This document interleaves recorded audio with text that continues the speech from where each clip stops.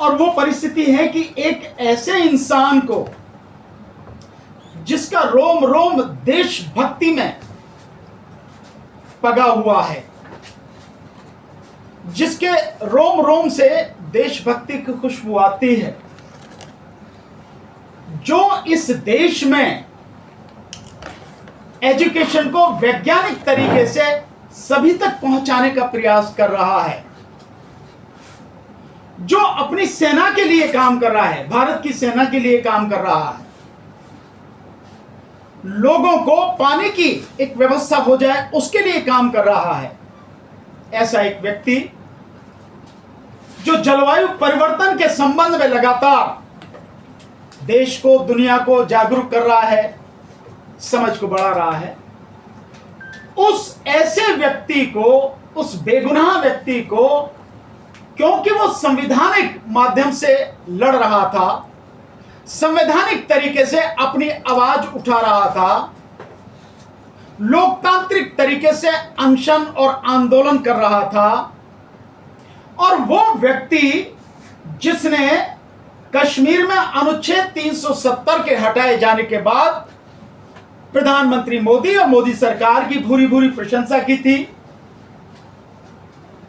वो व्यक्ति जिसने प्रधानमंत्री के खिलाफ कभी कुछ नहीं किया, कहा, आज इस देश की मोदी सरकार ने, देश के गृह मंत्री ने उस व्यक्ति को, उस बेगुनाह व्यक्ति को एनएसए यानी राष्ट्रीय सुरक्षा कानून, रासुका जिसे बोलते हैं, उसके तहत गिरफ्तार करके जेल में डाल दिया और इस समय जोधपुर जेल में बंद किया हुआ है। उस व्यक्ति का अपराध क्या है? उस व्यक्ति का अपराध सिर्फ यही है कि मोदी सरकार ने जो वादे उस व्यक्ति से किए, सिर्फ उन वादों की वो याद दिला रहा था सरकार को और कह रहा था कि सरकार अपने वादे पूरे करे। वो व्यक्ति कौन है? आप सब जानते हैं। वो व्यक्ति हैं सोनम वांगचुक, लद्दाख से। और आप इस तरह से भी और जानते होंगे, पूरी दुनिया जानती है कि उनके ऊपर जो 3 इडियट फिल्म बनी है, उस 3 इडियट फिल्म में जो आमिर खान साहब ने फुंगसुक वांगडू का जो किरदार निभाया है, बेसिकली वो उन्हीं पर आधारित है। लद्दाख के लोगों को उनकी शिक्षा को जमीन से आसमान तक पहुंचाने के लिए, पूरे वैज्ञानिक तरीके से पहुंचाने के लिए, वैज्ञानिक सोच के साथ उस व्यक्ति ने जो काम किया है वो दुनिया में अपने आप एक मिसाल है। कितने ही पेटेंट उस व्यक्ति के नाम पर हैं। उस व्यक्ति ने, जो हमारी भारतीय सेना के सिपाही हैं, सैनिक हैं, वहां उस ठंड में रहते हैं, उस ठंड में उनको दिक्कत होती है, उस ठंड से बचाने के लिए सौर ऊर्जा से गर्म एक टेंट बनाकर, ताकि हमारे सैनिक उसमें आराम से रह सकें, सो सकें, वो व्यवस्था उस व्यक्ति ने की है। पानी की कमी हो जाती है, उसके लिए उसने व्यवस्था की है कि जिस तरह से ग्लेशियर्स बनते हैं, वो ग्लेशियर्स बनाएं और उसके बाद में, ताकि गर्मियों के दिनों में पानी की व्यवस्था हो जाए किसानों को, उन सबको। वो व्यक्ति आज इस सरकार के शिकंजे में है, बेगुनाह होते हुए, सोनम वांगचुक। इतना ही नहीं, जलवायु परिवर्तन जिस तरह से हो रहा है उसके ऊपर जिस तरह से वो काम कर रहे हैं, जैसे लोगों को जागरूक कर रहे हैं, उसके सिलसिले में इन सारी चीजों को देखते हुए एशिया का नोबेल पुरस्कार जिसे कहा जाता है, रोमन मैग्सेसे अवार्ड, उससे भी उनको नवाजा गया।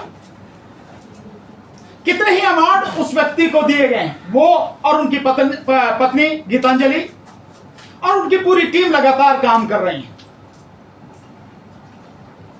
ऐसे व्यक्ति को रासुका में बिना किसी कसूर के गिरफ्तार कर लिया गया और आरोप लगाया गया है उन पे कि भाई जो भीड़ ने हिंसा की है वहां पे लद्दाख में, क्योंकि लगातार आंदोलन चल रहा था, आंदोलन करते हुए सरकार सुन नहीं रही थी, कुछ लोगों को गुस्सा आया, गुस्से में पुलिस से झड़प हुई, पुलिस ने 4 लोगों को मारा, गोली से मार दिया 4 लोगों को।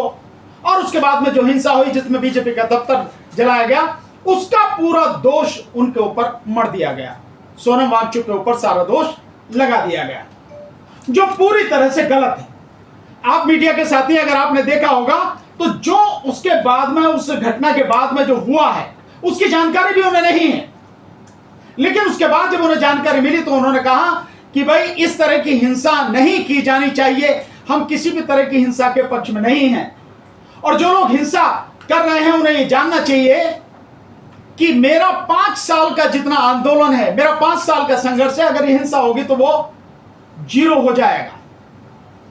हम बहुत ही शांतिपूर्वक तरीके से, प्रजातांत्रिक तरीके से आंदोलन करते हैं और कर रहे हैं। और उसके बाद उन्होंने, इस हिंसा के बाद, अपना आंदोलन भी स्थगित कर दिया गया। और न केवल यह कि हिंसा में जो लोग हैं, एक झूठा आरोप कि यह व्यक्ति कांग्रेस पार्टी का काउंसलर है, किसी और की फोटो, और उसको कह दिया कि कांग्रेस का यह काउंसलर है, यह कह के जो बीजेपी के तनखैया कीड़े हैं आईटी सेल के, उन्होंने चारों तरफ प्रचार भी किया। झूठ, यहां तक कि अपने आप को बड़ा पढ़ा लिखा कहता वो समित पात्रा, उसने भी, और कितने ही बीजेपी के नेताओं ने इस तरह की जो झूठी पोस्ट हैं, फोटो हैं, वीडियोस हैं, उनको जारी किया। तो एक झूठा प्रचार करके, एक झूठा नैरेटिव बना के एक बेगुनाह व्यक्ति को जेल में डाल दिया गया, झूठी एफआईआर करके। मुझे नहीं पता कहां तक सच है, लेकिन अभी तक की मेरी जानकारी जो हमें मिल पा रही है वो ये है कि उस व्यक्ति को जो एफआईआर हुई है, एफआईआर की गई है, उस एफआईआर की कॉपी भी अभी तक नहीं दी गई है। जबकि नियम यह है कि आप किसी को गिरफ्तार कर रहे हैं तो गिरफ्तारी से पहले उसको गिरफ्तारी के कारण बताएंगे कि हम क्यों गिरफ्तार कर रहे हैं आपको। तो गिरफ्तारी के कारण कहां होंगे? एफआईआर में होंगे, स्वाभाविक है। तो एफआईआर देंगे आप उनको, उसके बाद ये सारी चीजें करेंगे। तो आप गैर कानूनी काम कर रहे हैं। और इस काम के पीछे असली मकसद क्या है? उनकी मांग क्या है? सोनम वांगचुक की मांग क्या है? मोदी सरकार ने जो उनसे वादा किया कि हम लद्दाख को जो है एक स्टेट के रूप में जो मान्यता देंगे, साथ में जो 8वीं अनुसूची में लद्दाखी भाषा है उसको उसमें रखेंगे, और साथ में जो 6ठी अनुसूची में अनुसूचित क्षेत्र है, जो आदिवासी और एससी शेड्यूल ट्राइब्स के जो क्षेत्र है, एरिया है, उसका जो लाभ है 6ठी अनुसूची का, वो हम उनको देंगे। यही तो मांग है उनकी। तो ये सारी की सारी लोकतांत्रिक मांगे हैं, इसमें कहां गलत है? वो आदमी कल तक जब आप उसको हीरो कह रहे थे, जब वो आपकी बातें कर रहा था, आपकी प्रशंसा कर रहा था, प्रधानमंत्री मोदी की प्रशंसा कर रहा था, तब आपके लिए वो सब ठीक था। और आप रातों रात जो है वो आदमी आपकी नजर में देशद्रोही हो गया।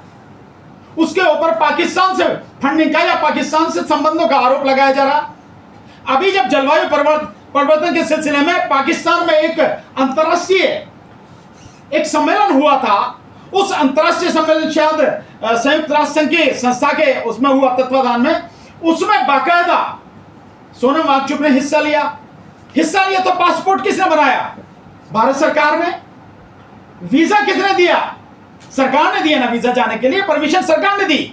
तो आज वो आदमी रातों रात कैसे आपके लिए देशद्रोही हो गया? पाकिस्तान का हाथ कैसे हो गया? मतलब आप अपनी मर्जी से जो चाहे वो कर लेते हैं, पर इसके पीछे हकीकत क्या है? ये सब कुछ जो हो रहा है, आप जानते हैं भगवान बुद्ध ने एक बहुत बढ़िया बात कही है, और यही सच है दुनिया के विषय में, ब्रह्मांड के विषय में, इस नेचर के विषय में, कि कुछ भी हो रहा है उसके पीछे कोई ना कोई कारण है, बिना कारण के कुछ नहीं होता।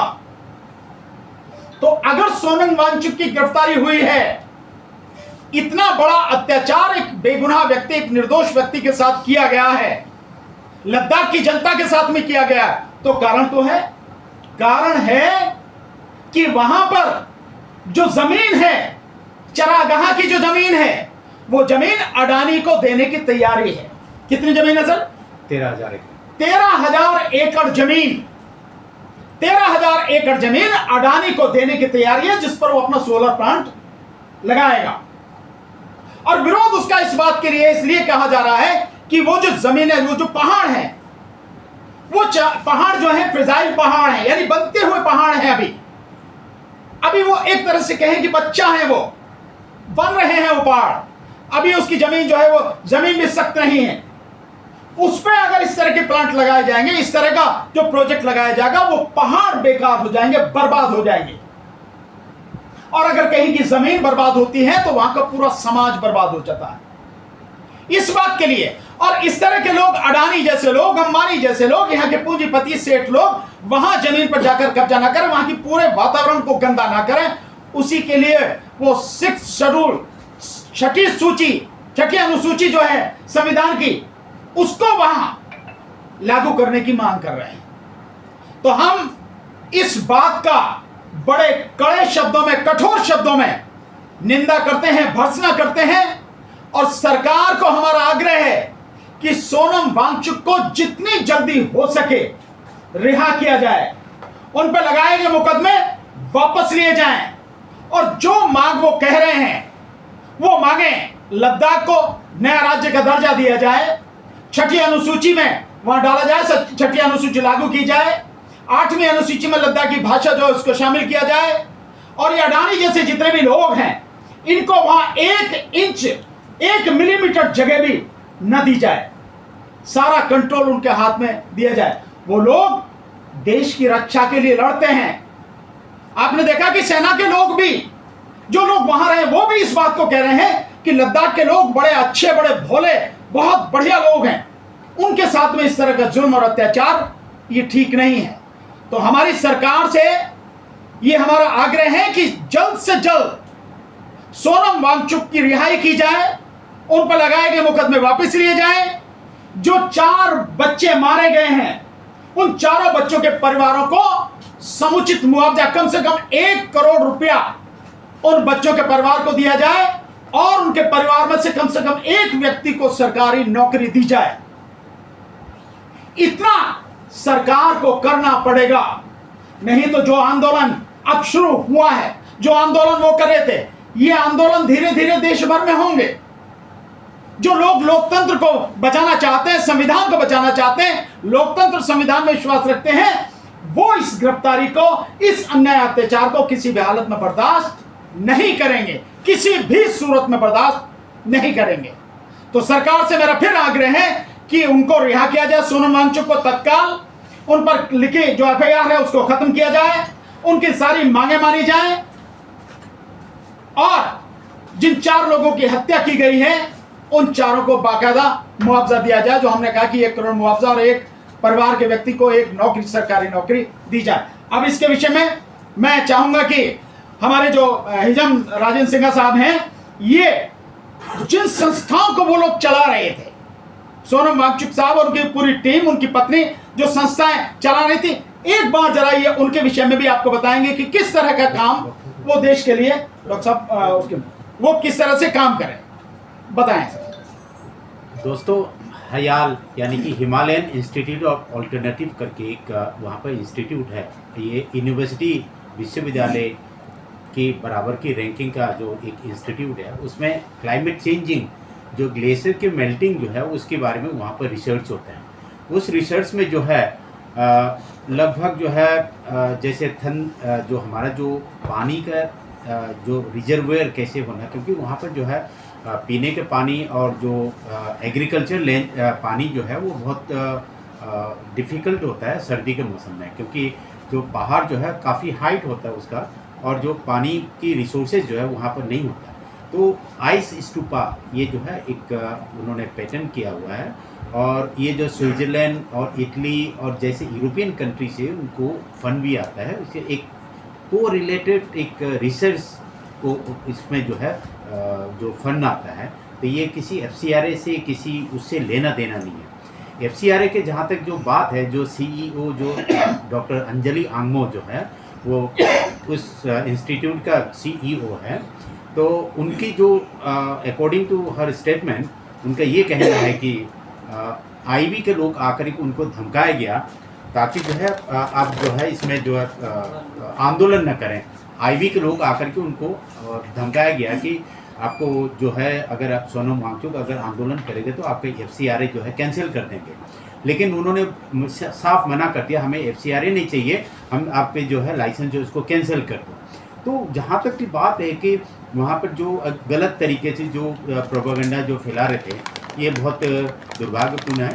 दूसरा चीज़ जो अभी जो पाकिस्तान गया था, ये पाकिस्तान में जो है एक हिंद कूच करके एक हिमालयन बेल्ट में जो अफ़गानिस्तान से लेकर के नेपाल जो उसके बाद भूटान, ये यहाँ की जो है इस बेल्ट के जो हिमालयन बेल्ट के जो 8 कंट्री का एक ऑर्गेनाइजेशन है, उसमें ये रिसर्च होता है कि हिमालयन की जो पहाड़ जो है ये मेल्टिंग होने से क्या परेशानी, ह्यूमन डिजास्टर क्या आएगा, ये उसके रिसर्च होता है। उसकी एनुअल कॉन्फ्रेंस था जो पाकिस्तान में, वो टर्न इस बार जो है पाकिस्तान में टर्न था। जैसे हमारे इंडिया में इस बार जो G20 का जो टर्न जो हुआ था, ये किसी भी कंट्री में हो सकता है, अगले बार जो है इंडिया में, भारत में हो सकता है, वो पाकिस्तान में इस बार उनके जो टर्न था। तो उसमें जो है भारत सरकार की MHO ने जो है मिनिस्टर ऑफ होम अफेयर्स ने उनको वीज़ा दिया है बाकायदा। दूसरा जो उसमें जो जितने आरोप जो लगाया गया है ये बिल्कुल निराधार है। और उसमें जो 4 जो निहत्थे लोग जो मरे थे, उसमें तो एक बिल्कुल कॉलेज में जो कॉलेज के स्टूडेंट्स है, उसकी माँ जो है यानी कि पैरालाइज है, उसकी और कोई नेक्स्ट ऑफ किन नहीं है। उनके फादर जो है 3-4 साल पहले उनके गुजर चुके थे। और एक तो जो है लद्दाख स्क्वाड में करीब 22 साल जो है उन्होंने सेवा दे चुके, आर्मी का हवलदार थे वो, और उन्होंने कारगिल की लड़ाई भी लड़ी। और उनका बाप भी, उनके पिताजी जो है वो भी लद्दाख स्क्वाड में सूबेदार मेजर के रैंक में सर्विस किया हुआ, वे रिटायर्ड। तो उस फौजी को जो जिस तरीके से मारा था, जो कोल्ड ब्लड मर्डर जिसको कहा जाता है, उसको मार पीट करके नाले में फेंक करके उसके ऊपर बंदूक की गोली चलाया गया, ये बहुत दुर्भाग्यपूर्ण है। और अब जो और सोनम वांगचुक साहब उनकी टीम के जो काम है, मैं चाहूंगा कि डॉक्टर विजय कुमार साहब उनके उन कार्यों के विषय में हम सबको बताएं।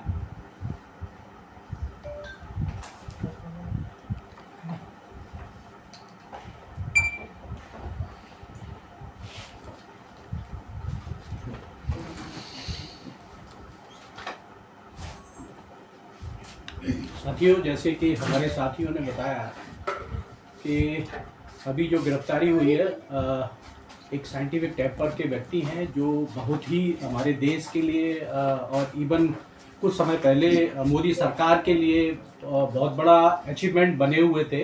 उनको हाल ही के दिनों में कुछ खास वजह से उनको अरेस्ट किया गया है। और उनके अरेस्ट का कारण सिर्फ ये नहीं है कि वो जो है एक आंदोलन कर रहे थे, और उनका असल में जो गिरफ्तारी का कारण सिर्फ ये है कि जो मोदी की सरकार की जो पॉलिसीज़ हैं, उन पॉलिसीज़ को उजागर करके उन्होंने ये एहसास कराया जनता को, खासकर लद्दाख की जनता को, और ये मैसेज ऑल ओवर इंडिया और इवन वर्ल्ड वाइड ये मैसेज देने की कोशिश की कि ये जो कार्यक्रम है, इस कार्यक्रम को हम इससे इन्वायरमेंटल और वहाँ की जो लोकल पॉपुलेशन है उस पर उसके बैड इफेक्ट होंगे। इसलिए इसको हम इस मोदी सरकार के जो पॉलिसीज़ है, उन पॉलिसीज़ को हम इम्प्लीमेंट नहीं होने देंगे। सोनम वांगचुक जो है, आज से वो इस लेवल के आदमी नहीं है। वो जो है उनके नाम से 37 कम से कम 37 पेटेंट है, और 37 पेटेंट जो है हाल ही के दिनों में नहीं हुए होंगे। आप समझ सकते हैं 37 पेटेंट जो है उनको कितना टाइम लगा होगा। अगर हम ये देखें कि अगर वो किसी पॉलिटिकल या किसी कंट्री के एजेंट हैं, तो आप देखते हैं 37 पेटेंट लेने के बाद, इतने सारे अवार्ड लेने के बीच में मोदी सरकार को नहीं पता लगा कि वो किसी कंट्री के एजेंट की तरह काम कर रहे हैं। तो वो मोदी सरकार कैसे काम करती है आप सारे लोग बहुत अच्छे से जानते हैं, आप मीडिया के साथी तो बहुत अच्छे से जानते हैं। और आप ये देखें, देश में बहुत सारी जागरूक जनता है जो वो भी बहुत अच्छे से जानती है कि मोदी सरकार किस तरीके से काम करती है। मोदी सरकार के एजेंडे या उनके प्रोपेगेंडा के साथ अगर कोई काम करता है तो वेल एंड गुड, वो अवॉर्डेड है, और उनके अगेंस्ट में, उनकी पॉलिसी के अगेंस्ट में कोई बात करता है तो वो देशद्रोही है। और ये सारी चीज़ों को देखते हुए देखिए, आप देखिए, और कितने सारे साइंटिस्ट हैं जो किसी भी कंट्री के लिए काम करते हैं। आप ये देखिए, वहाँ की सिर्फ और सिर्फ पॉपुलेशन के लिए वो लोग काम नहीं कर रहे थे। जैसा कि वकील साहब ने बताया कि वहाँ की आर्मी को इतना प्रॉब्लम होता था, -14 डिग्री टेम्परेचर में वहाँ की आर्मी को रहना होता था, वहाँ के पब्लिक को रहना होता था। तो उन्होंने एक सोलर टेंट बनाया। कितना इंपॉर्टेंट चीज़ है, जो -14 डिग्री टेम्परेचर में आर्मी कितनी 40 हाँ -40 टेम्परेचर में एक आदमी कैसे सरवाइव करेगा, उसको कितनी सारी फ्रॉस्ट बाइट और कितनी सारी ऐसी डिजीज होती है जिससे वो सफ़र करता है, उसको स्टडी करते हुए उन्होंने सरकार का साथ लेते हुए, ऐसा नहीं है कि उन्होंने अपनी दम पे किया, तमाम सरकारें जो पहले भी नहीं होंगी और अभी प्रेजेंट में सरकार है ना, उस वक्त तक उनको सपोर्ट भी किया। उन्होंने इतना बड़ा टेंट बनाया जिससे उनको सोलर एनर्जी मिला, लाइट की फैसिलिटी मिली, और एक जैसे बताया कि वो आइस स्तूपा बनाते हैं। आइस स्तूपा एक इतनी, देखो पानी और बिजली और एयर, ये दो इतनी इंपॉर्टेंट चीज होती है ह्यूमन सर्वाइवल के लिए। उन्होंने पानी का इतना बड़ा स्रोत बनाया, बहुत बड़े बड़े स्तूप, बहुत बड़े बड़े पिरामिड बनाए, और गर्मियों के दिनों में जो पानी की बेसिक रिक्वायरमेंट होती है उसको फिलफिल करने के लिए उन्होंने बहुत सारी ऐसी एक्टिविटी, 37 जो अचीवमेंट है उनका ऐसे अचीवमेंट नहीं है। और इसके लिए हमारे को और हमारे देश के तमाम यूथ को और जितने जागरूक जनता है उन सबको उनके रिहाई के लिए आंदोलन में शरीक होना चाहिए। हम सरकार से तो ज़्यादा उम्मीद नहीं कर सकते कि सरकार उनके लिए कुछ करेगी, लेकिन हमें आंदोलन को ध्यान में रखते हुए शांतिपूर्ण ढंग से अपने इस आंदोलन को आगे बढ़ाते हुए और उनकी रिहाई के लिए, सबसे पहले तो उनकी रिहाई के लिए कोशिश करना चाहिए। और अगर रिहाई नहीं करती है, क्योंकि सरकार मुझे नहीं लगता कि उनको इतनी जल्दी रिहाई करेगी, क्योंकि उनसे बहुत डरी हुई है जनता। आप देखते हैं उनके डरने का मुख्य कारण क्या है, जनता का मोदी सरकार का डरने का मुख्य कारण है।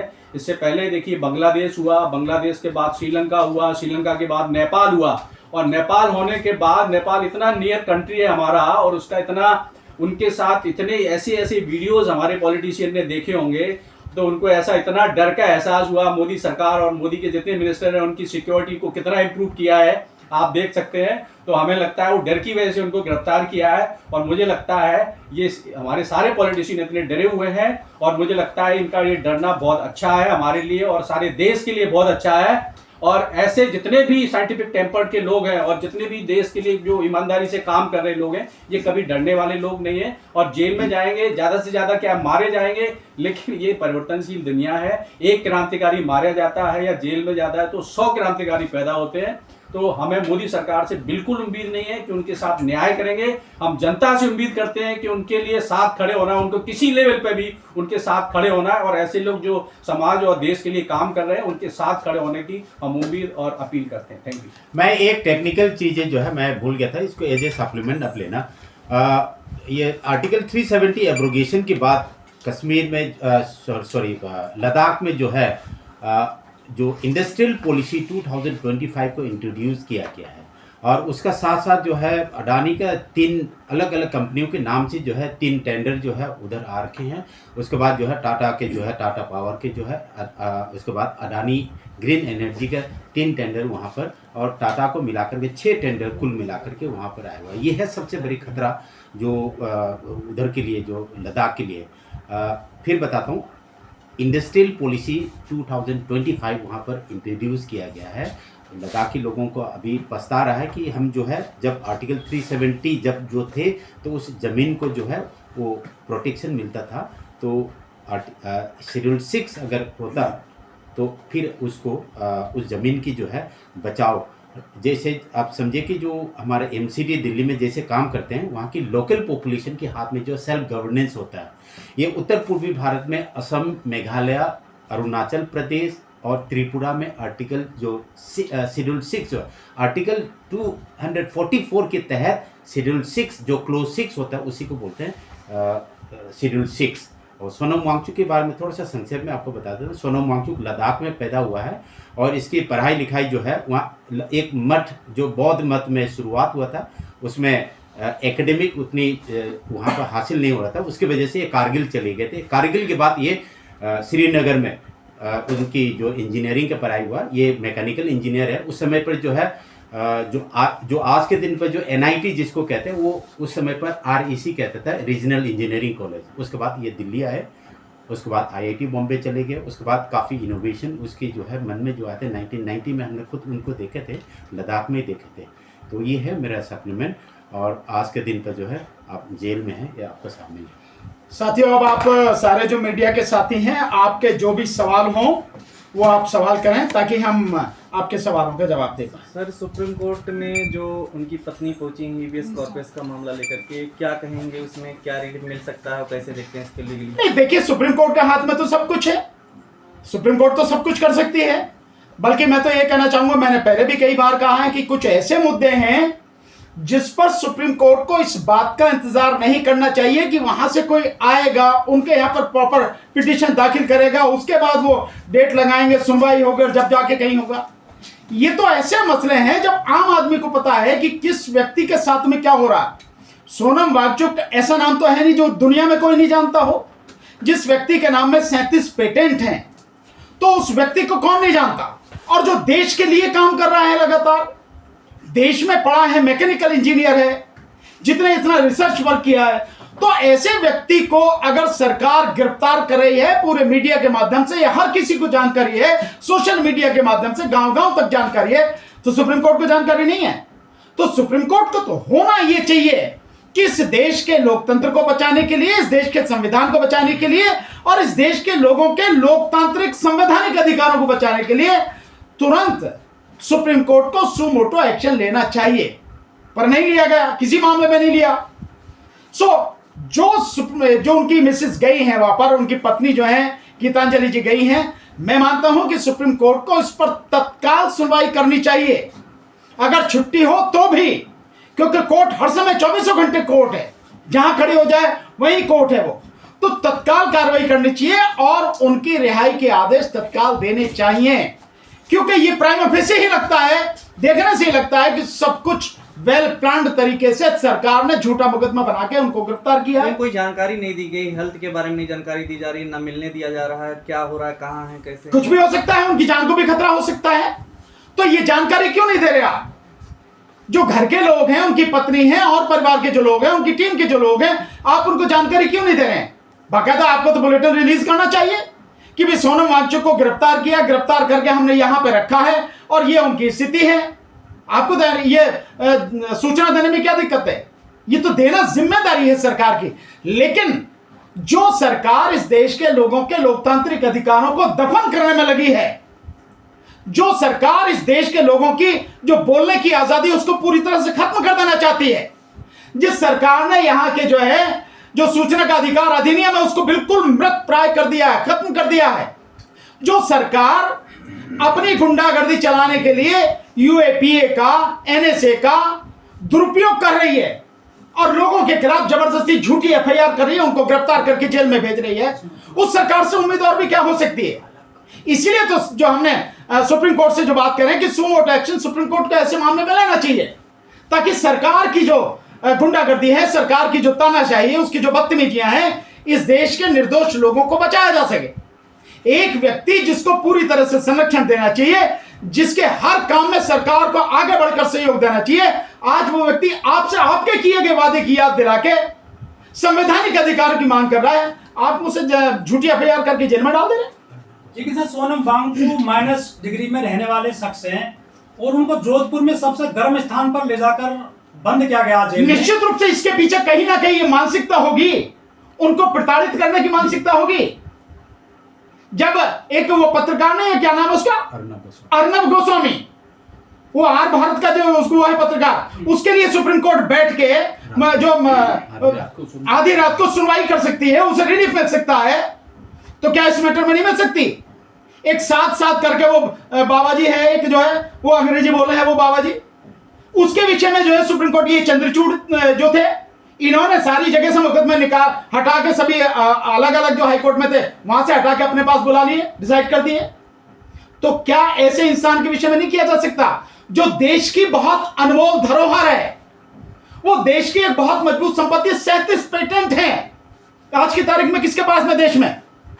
ऐसे व्यक्ति को जिससे सपोर्ट करना चाहिए ताकि देश के लिए और बेहतर कर सके वो, आप उसको जो है लोकतांत्रिक अधिकारों का वो प्रयोग कर रहा है, जेल में उठा के डाल दे रहे हैं। ये तानाशाही, गुंडागर्दी और क्या है सरकार की? हमारे देश में जैसे फादर स्टैन स्वामी वगैरह रहे हैं, वो जेल में डाले गए थे, उनकी मृत्यु वहां हो गई थी, तब क्या ये भी उधर उनकी तरफ जा रही है? कुछ भी हो सकता है। ये जो सरकार है ये कातिलों की सरकार है, खून मुंह लगा हुआ है इस सरकार के। इसका इतिहास देख लें, जो लोग आज सत्ता में ये बैठे हैं इनका इतिहास देख लें, खून मुंह लगा हुआ है इनके, तो कुछ भी कर सकते हैं ये। सोनम वांगचुक हो या कोई भी हो या मेरे जैसे लोग हो, किसी को भी झूठा मुकदमा बना के डाल सकते हैं, किसी को भी मरवा सकते हैं। जज लोया के विषय में क्या है आज जानते हैं आप? जज लोया के विषय में क्या है? जज लोया साहब के विषय में भी ये सब कुछ हुआ। हिरेन पांडे के विषय में ये हुआ कि क्लीन चिट देने, भैया वही देने वाले क्लीन चिट। क्लीन चिट उन्होंने दी, चंद्रचूड़ ही तो था जिसने क्लीन चिट दी थी, और कौन था वो? विपक्ष के लोग क्यों नहीं आ रहे खुलकर के सामने इस क्यों मामले में? विपक्ष के लोग क्यों नहीं आ रहे? इस विषय पर अखिलेश यादव जी ने भी बात की है, इस विषय पर आवाज राहुल गांधी जी ने भी उठाई है। हम कौन हैं? हम विपक्ष नहीं है क्या?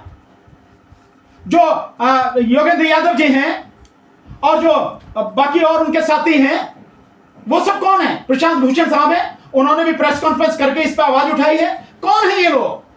क्या विपक्ष का मतलब आप ये मानते हैं कि पॉलिटिकल पार्टियां ही विपक्ष होती हैं? जो सरकार के खिलाफ, सरकार की गलत नीतियों के खिलाफ आवाज उठा रहा है, मैं मानता हूं कि वही विपक्ष है। लेकिन बीजेपी के कारण फूका गया था, क्या ये राष्ट्रपाल में आ सकता है? क्या देशद्रोह का मामला बिल्कुल नहीं। कौन आ सकता है? कौन उसके लिए जिम्मेदार? उसके लिए जिम्मेदार कौन है? क्यों ऐसी परिस्थिति हुई कि ये सब हुआ? आपने उससे पहले सुना क्यों नहीं? और दूसरी बात यह है कि अगर ये सब कुछ हुआ है तो क्या वही लोग जिम्मेदार है जो 4 लोग मार दिए गए, जिनको बुरी तरह से मारा गया है, पुलिस ने मारा है? वो लोग आखिर क्यों मरे? वो क्यों वो फूका गया? ये इन्वेस्टिगेशन का मसला है। तो क्या इन्वेस्टिगेशन हुई? कोई इन्वेस्टिगेशन नहीं हुई।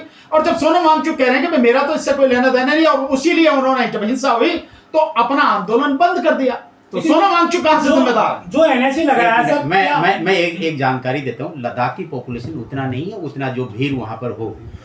टोटल लद्दाख के पॉपुलेशन जो है 2,44,000, ठीक है जी। ये आधा आधा डिवाइड है कारगिल और लेह में। कारगिल और लेह में करीब करीब 75 किलोमीटर की दूरी है। सिर्फ लद्दाख के बीच में मात्र 50,000 की करीब पॉपुलेशन है। वहाँ पर जो है एक बहुत बड़ी, मतलब जैसे जंतर मंतर में जो 5,000 20,000 की जो पॉपुलेशन, जो आंदोलनकारी जो भीड़ इकट्ठे होता है, उसी तरीके के वहाँ पर कैपेसिटी नहीं है। वहाँ पर मात्र 300-400 जो है वो उतनी, मतलब बड़ी मुश्किल से इकट्ठा हो सकता है। वहाँ पर एक गांव से दूसरे गांव जाने में कम से कम 5-6 किलोमीटर होता है। एक नमक का थैली लेने के लिए आपको ले आने के लिए एक दिन जाना, एक दिन वापस आने को होता है। तो अब जितनी जो इल्ज़ाम जो लगा रहा है, ये सरासर ये गलत इल्ज़ाम है। वहाँ पर पुलिस ने टीयर गैस पहले चलाया, उसके बाद छात्र जो है तितर पितर, मतलब इधर से उधर अनजाने में भागम भाग हुआ। तो अगर ये बताइए, जो बिना लाठी का, बिना हथियार का जो आंदोलन कर रहे, उसमें अपने टीयर गैस और बंदूक कैसे चला दिया? जो एनएसए लगाया, क्या वो चार्ज वहां बनते हैं? बीजेपी कारण जलाया गया था केवल। देखो ये तो वकील साहब। सोनम वांगचुक जो है ना, पहली बात तो उनके अगेंस्ट में अभी तक ऐसा कोई वीडियोज नहीं मिला है। आप ये देखते हैं कि कोई वीडियोज मिला हो, ऐसा कुछ भड़काऊ भाषण दिया हो तो बनता है, लेकिन अभी तक बीजेपी आईटी सेल ने कोई ऐसा सबूत तो दे रहे हैं, कोई सबूत दे रहे हैं। पाकिस्तान और चाइना तो वो सारा फैब्रिकेटेड सबूत है। वो सारे सबूत जो दे रहे हैं उनको फैक्ट चेक में उसको नेगलेक्ट कर दिया कि भाई ये सबूत नहीं। पाकिस्तान और चाइना, आप जो बोला कि रात को चादर उड़ के भागा था, क्या वो एमएचए ने उसको वीजा दिया है? उसने रात को चादर उड़ के भागा नहीं है पाकिस्तान में। पाकिस्तान और चाइना तो मोदी जी भी गए, क्या मोदी जी भी? तो भाई साहब ऐसा है कि पत्रकार साहब, उसको एमएचए ने, मिनिस्टर होम अफेयर्स ने उसको वीजा दिया है, उसको प्रेस कॉन्फ्रेंस में अटेंड। तो ऑफिशियल काम से गया है, कोई पर्टिकुलर। तो इसका मतलब जो है नहीं था। अमित शाह जी जिम्मेदार है इसका। राष्ट्रपति को भी पत्र लिखा था, उनका भी कोई जवाब नहीं आया क्या? देखिए, मैं ये मानता हूं कि पत्र तो किसी को भी लिख दो, लेकिन राष्ट्रपति तो आज की तारीख में, जहां तक मेरी जानकारी है, जो मैं समझ रहा हूं, कि प्रधानमंत्री के यहां से किसी भी चीज की जब तक अप्रूवल नहीं होगी, प्राइम मिनिस्टर वो राष्ट्रपति कुछ नहीं कर सकते। उनके यहाँ तो लेटर भी बड़े सैंक्शन होके जाते हैं। तो मेरी जानकारी जहां तक है, इस देश में वर्तमान जो राष्ट्रपति हैं वो तो एक तरह से कैदी हैं, प्रधानमंत्री बिल्कुल कैद में है वो। तो जब उनकी कैद में है तो वो क्या करेंगे? और दूसरा, मैं एक अपना उदाहरण बताता हूं। आप लोग जानते हैं, हमने जब ईवीएम के खिलाफ आंदोलन 2019 में किया, हमने 5 जो है उसमें आंदोलन किए। हमने राष्ट्रपति को ज्ञापन दिए, बाकायदा 8-8, 10-10 पेज के ज्ञापन थे, और ज्ञापन दे के हमने उस पर राष्ट्रपति कार्यालय से बाकायदा रिसीविंग ली हुई है, मोहर लगी हुई है। आज हमारे पास वो रखे, आज भी। हमने जब उसके लिए आरटीआई लगाई तो राष्ट्रपति कार्यालय से आया कि नहीं, ऐसा तो कोई आपके यहाँ ज्ञापन नहीं आया हमारे यहाँ पे। ये आरटीआई में हमारे पास वो भी रखे। तो राष्ट्रपति भवन का तो ये तो तब की बात है, और अब तो पूरी तरह से कैदी है राष्ट्रपति इस देश की। तो वहां चिट्ठी लिखने से क्या होगा? कुछ भी नहीं होगा भाई। जो पास होके जाती हैं वो तो प्राइम मिनिस्टर ऑफिस से जाती है ना, और प्राइम मिनिस्टर सबके लिए जिम्मेदार है। खुद मंदिर नहीं जा पाए। लद्दाख में जो कार्रवाई हो रही है, कुछ उसी तरीके का सर बरेली में भी ऐसा ही हो रहा है, उस पर क्या कहेंगे आप? नहीं, कहीं भी जो भी कुछ हो रहा है उस सबके विरोध में जनता आपके सामने खड़ी है। जनता की बात सुनी क्यों नहीं जा रही? जब आप उसके बरेली की बात कर रहे हैं तो बरेली में जो मौलाना है उनके जो करीबी हैं उनकी बिल्डिंग को तोड़ा, शायद तोड़ दिया गया, मुझे जानकारी नहीं है अभी तक। बुलडोजर की बात चल रही थी उस समय, चल गया बुलडोजर। बुलडोजर चल गया। तो अब से पहले वो बिल्डिंग रातों रात तो बननी गई थी, कोई जिन्न तो आया नहीं था बनाने के लिए, कोई दूत तो आया नहीं था बनाने के लिए। क्या रातों रात उस बिल्डिंग को खड़ी करके सालों से वो बिल्डिंग बन रही थी? बिल्डिंग बनने किसने दी? वो प्रशासन के लोग कहां हैं? वो वहां के बरेली अथॉरिटी वगैरह के जो लोग होंगे, जो कॉर्पोरेशन के लोग होंगे, वहां के डीएम वगैरह होंगे, कलेक्टर जो हैं, वो कहां थे? वो किस बिल में घुसे हुए थे? क्या वो इसके लिए जिम्मेदार नहीं? अगर वो अनऑथराइज कंस्ट्रक्शन था तो तब क्यों नहीं रोका गया उसे? क्यों बनने दिया गया उसे? और आज आप तौकीर रजा साहब के खिलाफ ये सारी बातें करने के बाद में कि वो ये कर रहे हैं, वो कर रहे हैं, झूठे आरोप अपनी तरफ से मनगढ़ंत बना के सब लोगों को इकट्ठा किया जा रहा था, दंगा करने की वो कोशिश की जा रही थी, घेरने की कोशिश की जा रही थी। आज सब ये सब करके आप, क्योंकि आपके हाथ में ताकत है और आप ताकत के दम पर किसी को भी मिट्टी में मिला देते हो, वो ये सारी चीजें कर रहे हो, तो वो भी कानून के विरुद्ध सारा काम किया जा रहा है। तो सोनम वांगचुक हो, तौकीर रजा हो, या ऐसे कोई भी वो लोग हों जो लोकतांत्रिक तरीके से अपनी बात कर रहे हैं, उन सबके खिलाफ इस सरकार ये काम कर रही है। और सर, जो सीएम जिस प्रकार की भाषा का इस्तेमाल कर रहे हैं कि मौलवी को पता नहीं है किसकी सरकार है, या टिकट कटवा देंगे, ये सारी चीजें, ये भाषा इस बात का संकेत देती है, इस बात का खुला प्रमाण है कि आज सरकार में किस तरह की मानसिकता के लोग बैठे हैं। वो शासक या प्रशासक नहीं है, बल्कि जिस तरह की भाषा का इस्तेमाल कर रहे हैं वो राह चलते कुछ छुटभैया गुंडों की भाषा है, जिस तरह की भाषा का इस्तेमाल किया जा रहा है। क्या ये मुख्यमंत्री की भाषा है? क्या एक नेता की भाषा इस तरह की होनी चाहिए? अरे अगर आपको कानूनी कार्रवाई करनी है, आपके हाथ में कानून, आप करिए कानूनी कार्रवाई, कोई नहीं रोकता है, लेकिन भाषा जिस तरह की आप इस्तेमाल कर रहे हैं, क्या ये मुख्यमंत्री की भाषा है? लेकिन जब देश का प्रधानमंत्री ही इस तरह की भाषा बोलता हो तो किसी मुख्यमंत्री से आप क्या उम्मीद करोगे कि वो कोई बहुत अच्छी भाषा बोलेगा? हाँ, दुख इस बात का है कि वो जो मुख्यमंत्री है वो एक धर्म स्थान का मठाचार्य भी है, तो उसकी भाषा तो और भी सभ्य और अच्छी होनी चाहिए, पर ऐसा है तो नहीं।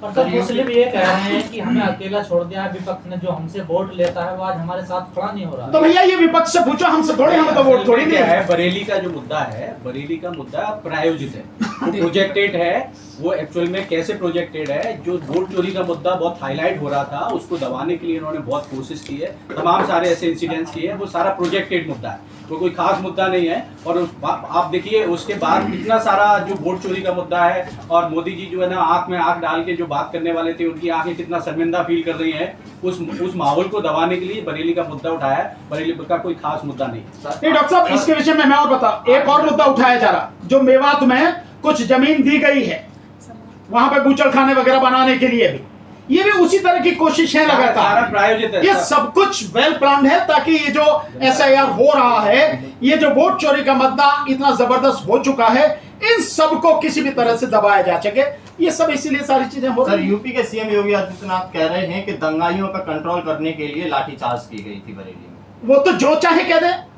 भाई, कौन रोकता है? आपके जो मन में जो आता है, सीएम जो मन में आता है वो कह दें, कौन रोकता? लाठीचार्ज की गई थी।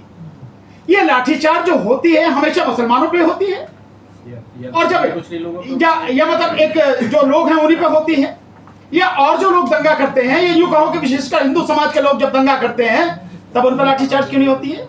तब क्या होता है? क्या वो नहीं करते? लेकिन आई लव मोहम्मद के सामने ला गया है आई लव बुलडोजर, लाइला आई लव मोहम्मद। उसको टक्कर देने के लिए ले आए हैं ये लोग। भाई मेरे में बहुत सिंपल सी बात नहीं, है, उस मुद्दे पे हम जाना नहीं चाहते। अगर कोई व्यक्ति माना ये कह भी रहा है तो किसी को क्या आपत्ति होगी? चाहते हिंदू क्या मुस्लिम बात? हो, उनका लेकिन तो ये सब कुछ बिल्कुल डॉक्टर साहब सही कह रहे हैं। उनका जो है दाना जो है हिंदू मुस्लिम है, हम उस टॉपिक पे जाना नहीं चाहते। हमारा सिर्फ ये कहना है कि जो सरकार बनी है वो इलीगल सरकार है, उसका वोट चोरी का मुद्दा बिल्कुल उनके गले की फांस बना हुआ है। उनको समझ में आ गया है कि हम बच नहीं सकते, इसलिए तमाम सारे ऐसे प्रोजेक्टेड मुद्दे वो उछालने की कोशिश कर रहे हैं। और ये तमाम सारे उनको पता है कि जनता की क्या मतलब कमजोर नब्ज है, हिंदू मुस्लिम मस्जिद मस्जिद उसकी कमजोर नस है, उस तरफ शिफ्ट करने, उनके माइंडसेट को उस तरफ शिफ्ट करने की कोशिश की जा रही है। हमारा मेन मुद्दा आज भी वही है कि वोट चोरी से सरकार बनी है, 2019 से हम बात करते आ रहे हैं। और आज भी अभी फिर वही वाली बात करें कि सरकार इलीगल सरकार है, उसको तुरंत बर्खास्त किया जाए। और हमारा मेन मुद्दा आज का जो मुद्दा है वो सोनम बाजवा का मुद्दा है, उसको तुरंत रिहाई किया जाए। उसके पास उनके अगेंस्ट में कोई भी एविडेंस नहीं है। और बीजेपी के जितने लीडरान हैं उनके तमाम सारे वीडियोज आज भी उठा के आप देखेंगे, तमाम सारे ऐसे वीडियोज हैं जिन पे तमाम उनको हमेशा आजीवन कारावास मिलना चाहिए। चलिए ठीक है सर। Thank you.